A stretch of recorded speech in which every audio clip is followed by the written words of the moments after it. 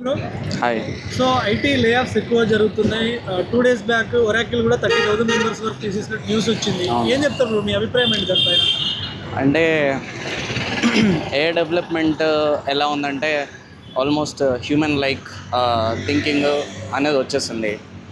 AGI అంటారు కదా, so అది ఆల్మోస్ట్ వచ్చేసినట్టే అట్లా ఉంది. సో ఈ డెవలప్మెంట్స్లో అంటే హ్యూమన్ని రిప్లేస్ చేసేంత టెక్నాలజీ అయితే వచ్చింది కాబట్టి చాలా వరకు లే ఆఫ్స్ అనేది యాంటిసిపేట్ చేస్తున్నా. అయితే నేనైతే నా పర్సనల్ లెవెల్లో స్పెండింగ్ అనేది తక్కువ చేసుకోవడం ఇట్లాంటివి అలవాటు చేసుకుంటున్నా. అండ్ అంటే నేను ఎట్లాంటి ఈఎంఐస్ వాటిలో జోలికి వెళ్ళకుండా అట్లా ఉంటున్నా. బట్ భయం అయితే ఉంది, రోజు యాంగ్జైటీ. అంటే నాకనే కాదు, నాతో పనిచేసే ప్రతి ఒక్కరికి కూడా జాబ్ ఎప్పటి వరకు ఉంటుంది అని చెప్పి ఆ యాంగ్జైటీ కొంతవరకు ఉంది. అండ్ లే ఆఫ్స్ కూడా 100% అవుతాయని అనిపిస్తుంది. అంటే ఏమనిపిస్తుంది బ్రో, ఇప్పుడు మీరు రిజైన్ చేయాలంటే 3 months నోటీస్ పీరియడ్ ఉంటుంది, బట్ వాళ్ళు మాత్రం డైరెక్ట్ తీసేస్తున్నారు.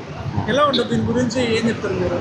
అంటే ఇంకా అది కార్పొరేట్, అది మనం ఏం చేయలేం కదా. అంటే ఫర్ ఎగ్జాంపుల్ మన బిజినెస్లో కూడా మనకి నడవకపోతే తీసేస్తాం కదా, అది నాకు ఏమనిపించదు. అది ఇంకా మార్కెట్ అలా ఉంది, టెక్నాలజీ అలా ఉంది కాబట్టి అది కామన్. అంటే అంత సడన్గా తీసేస్తే ఫ్యామిలీ ఉంటుంది. ఇప్పుడు మీరు ఈఎంఐల వరకు వెళ్ళట్లేదు, చాలా మంది ఈఎంఐలు పెట్టుకుంటారు. ఆల్మోస్ట్ 100% శాలరీ కూడా ఈఎంఐలకి పెట్టుకుంటారు. వాళ్ళ పరిస్థితి ఏంటప్పుడు? వాళ్ళ నాకు అంటే ఇక పరిస్థితి చాలా భయంకరంగా ఉంటుంది, బాధగా ఉంటుంది. బట్ ఇంకా ఏం చేయలేము దానికి, ఇక కామన్ అది. ఎక్కువ యూత్ ఐటీ సైడ్ వెళ్ళడానికి రీజన్స్ ఏంటి బ్రదర్? లగ్జరీ అంటే ఐటీ ఒకటి ఏంటంటే బయట నుంచి చూడడానికి చాలా కలర్ఫుల్గా అట్లా కనిపిస్తుంది. ఇంకోటి ఏంటంటే ఆపర్చునిటీస్ కూడా ఐటీలోనే ఉండే లాస్ట్ 3-4 yearsలో. వేరే సెక్టర్స్లో మీకు అంత ఆపర్చునిటీస్ లేకుండే.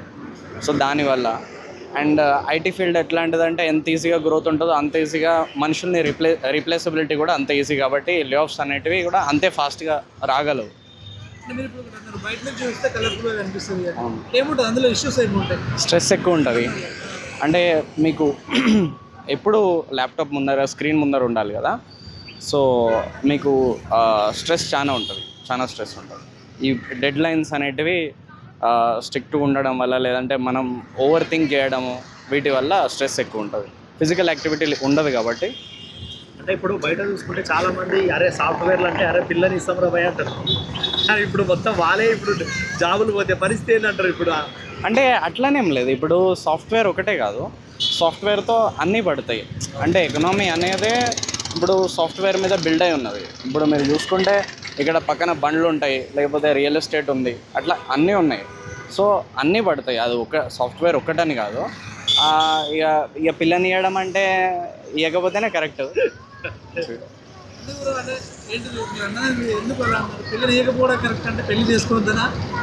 అట్లా కాదు, స్ట్రెస్ ఎక్కువ ఉంటుంది మామూలుగా.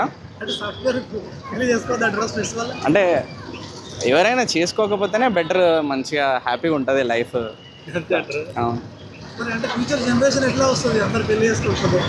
ఇక ఇష్టం వచ్చిన వాళ్ళు చేసుకోవాలి. అదొక మార్నింగ్ భోజనం లాగా అందరూ చేసుకోవాలని లేదు కదా. ఇష్టం వచ్చిన వాళ్ళు చేసుకోవాలి, వద్దనుకున్న వాళ్ళు వదిలేయాలి. అంతేగాని అందరూ చేసుకొని అందరూ ఈఎంఐ లొల్లిలో పడి అందరూ సాయంత్రం వరకు స్ట్రెస్ తీసుకొని మళ్ళీ భయపడుతూ అంత అనవసరం అని నా ఒపీనియన్. ప్రభాస్, సల్మాన్ ఖాన్ అంటే వాళ్ళకి ఈజీ, వాళ్ళకి డబ్బు ఉంది కాబట్టి వాళ్ళు ఏది చెప్తే అది నడుస్తుంది. ఒక మిడిల్ క్లాస్ వ్యక్తి ఇట్లా నేను పెళ్లి చేసుకోను, లేదంటే నేను ఇలా ఉంటానంటే నడవదు కదా. కాబట్టి మిడిల్ క్లాస్ వాళ్ళకి ఇది చాలా కష్టం. బట్ నా ఒపీనియన్లో ఇది చాలా లాంగ్ రన్లో ఇది బెటర్. అంటే ఇప్పుడు కూడా చాలామంది మ్యారేజ్ లేకపోతే లైఫ్ లాంగ్ కమిట్మెంట్స్, ఈఎంఐస్ అంటే చాలా భయపడుతున్నారు. ఏం చెప్తారు ఐటీ విషయాన్ని చూస్తే ఏం చెప్తారు? అంటే తీసేసే వాళ్ళు ఆల్రెడీ జాబ్ పోయిన వాళ్ళు సూసైడ్ వరకు కూడా చూస్తున్నాం, మనం చేసుకుంటున్నారు, చాలా జరుగుతుంది. మీరు ఏం చెప్తారు? ఏదైనా స్కిల్స్ అంటే బాగుంటుందా, లేకపోతే ఐటీని వదిలిపెట్టి వ్యవసాయం చేసుకోమంటారా? మీరు ఏం చెప్తారు? వ్యవసాయం అంటే ప్రతి దాంట్లో అన్సర్టెనిటీ ఉంటుందండి. ఇప్పుడు మీరు సడన్గా వ్యవసాయానికి వెళ్తారు, సడన్గా భారీ వర్షాలు అన్న పడితే, లేకపోతే వర్షమే పడదు, ఏం చేస్తారు?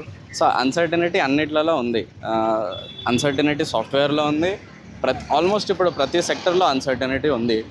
ఇంకా మనం ఏం చేయలేము దాన్ని.